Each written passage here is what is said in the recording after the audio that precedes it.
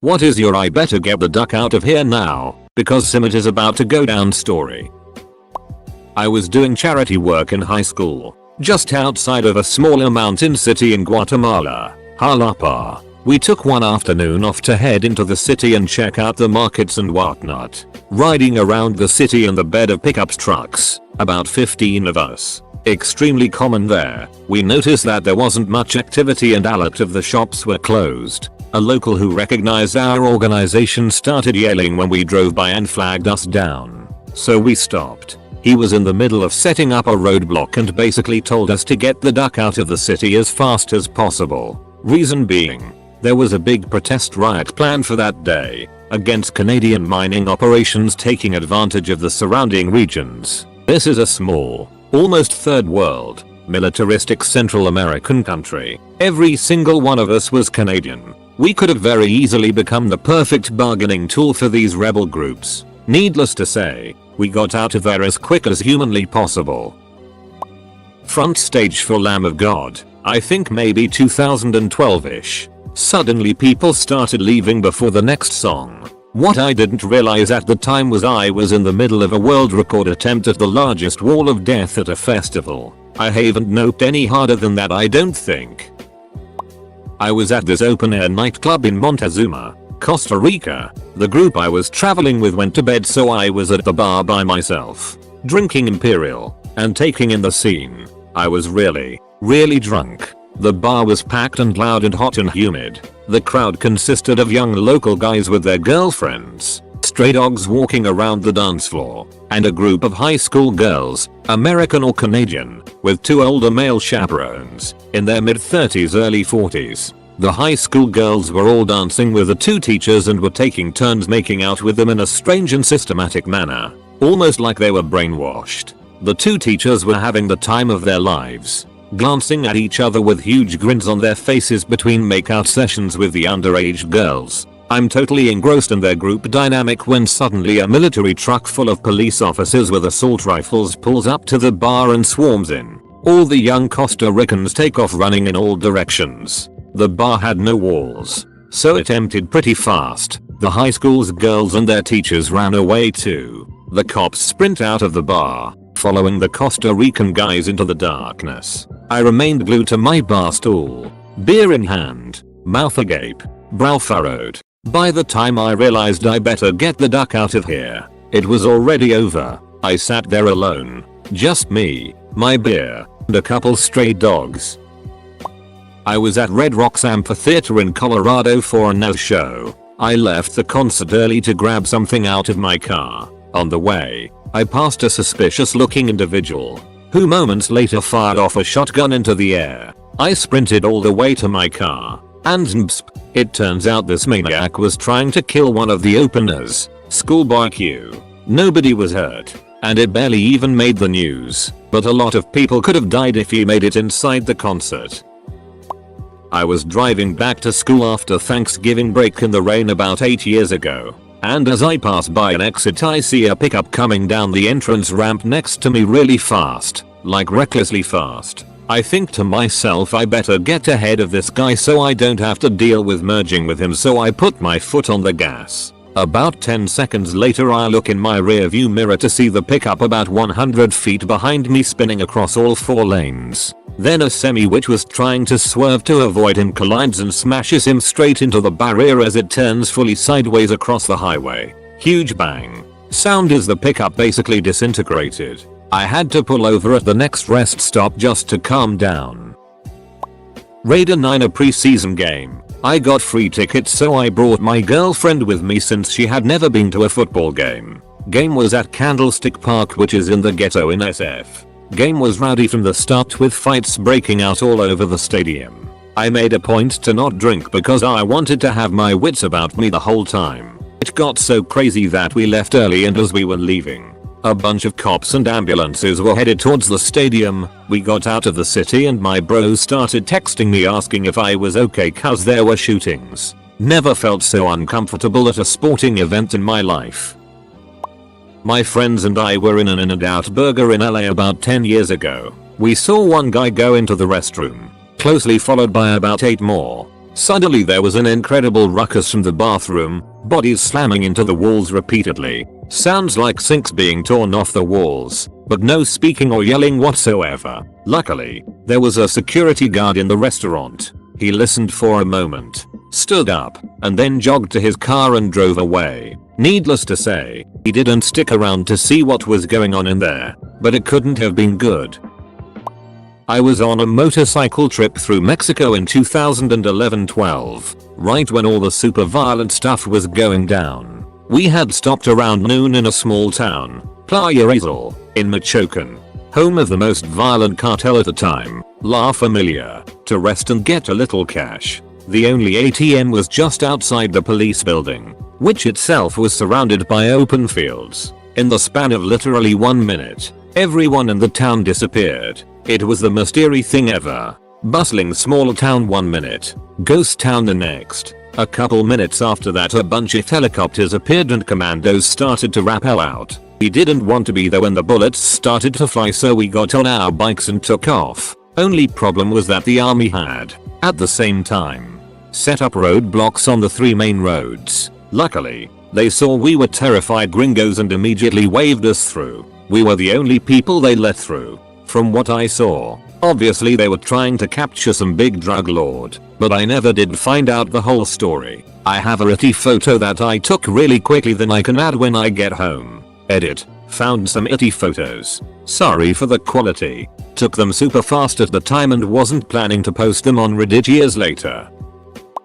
I was at a house party with a few friends, where pretty much everyone from our college year was invited. One guy, who was affectionately called One Drink Davey, had probably downed about 2 pints of Stella within the hour, and I personally knew he was just a ticking time bomb waiting to explode. Nevertheless, we all sat down to play Ring of Fire. That's when I saw it, his hand raised to his mouth and his eyes closed. I bolted for the door. Just as I make it past the doorframe I hear a familiar splash and everyone screaming. 15 minutes later, I thought I'd go back upstairs to assess the damage. Holy it's everywhere. Not just Davies. Apparently he'd started a chain with the sympathy pukers, and what I was seeing was about 5 people's worth of vomit all over poor Jane's mother's cream carpets. I've never been so glad to have been able to detect when someone's going to hurl. I was doing a semester abroad in London. At the time there were concerns about bombings on the underground trains. During our orientation one of our guides mentioned that, if you ever heard a voice on the underground PA system, ask for Inspector Sands. That was code to alert the underground staff that there was some kind of emergency without panicking the riders. One night, after class, I stopped at a restaurant. It was a McDonald's. Sue me, and the cashier forgot my order, causing my meal to be delayed. Once I got my food and finished eating, I headed to the nearest tube station to board a train home, and heard, playing on repeat, "Will Inspector Sands report to the office?" or something similar. I then noticed that a horde of police cars was converging on the area. I turned right the duck around and took a bus home. Turns out it wasn't a bombing. Someone had pushed someone else onto the tracks in front of a train. Still, I thought for half a second that a ratty McDonald's cashier might have saved me from getting blown up.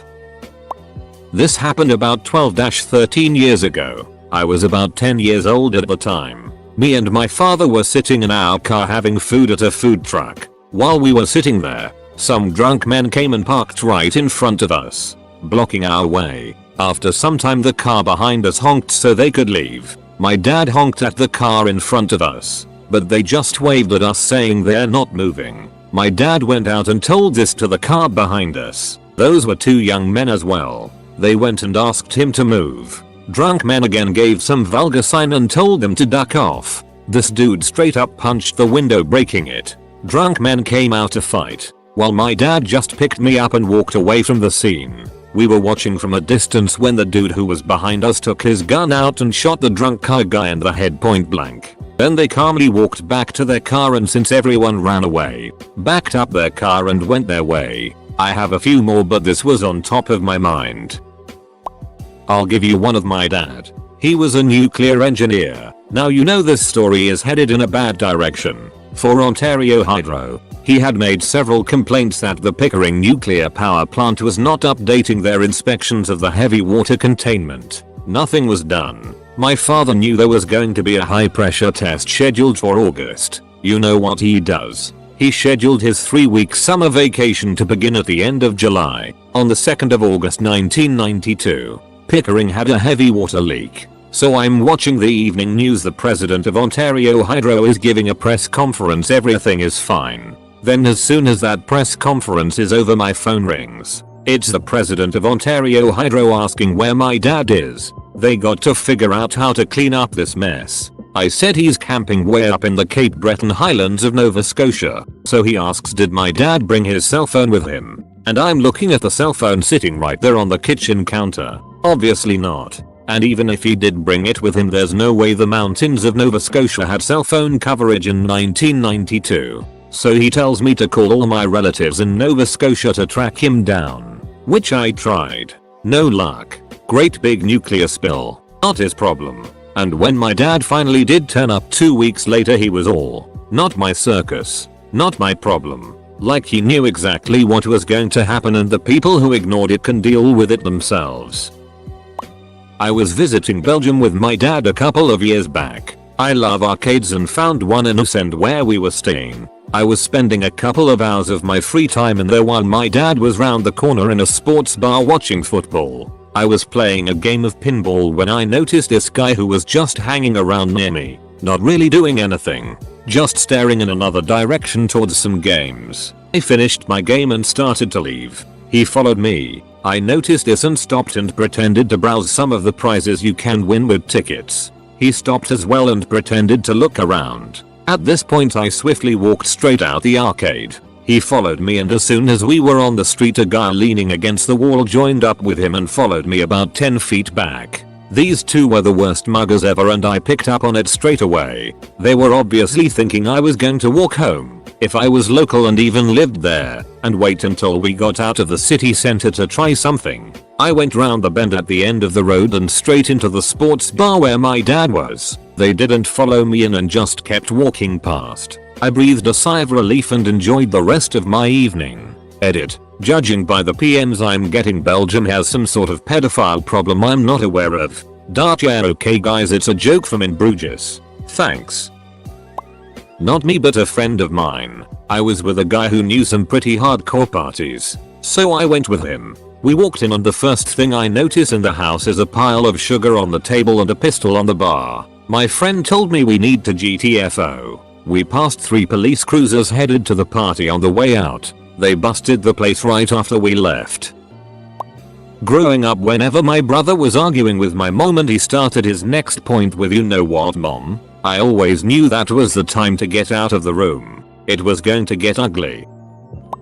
My uncle and stepfather were drinking late at night, watching TV while me and a few others were just chilling in the living room. I was 15, I think. There was some shouting outside on our street. We all went out on the porch to gawk and saw our neighbor, old man, being dragged around on the asphalt by some young guy. My uncle with his drunken bravado strutted into the middle of it and he and the young man started to push each other. Then my uncle pulled out a switchblade and the guy ran into the old man's house. That's when I decided to go back inside and watch from a window with the phone in my hand. Sure enough, the dude came back out with a butcher knife. The two of them started to struggle. My stepfather jumped in to break it up, and he ended up getting stabbed in the back by the young dude.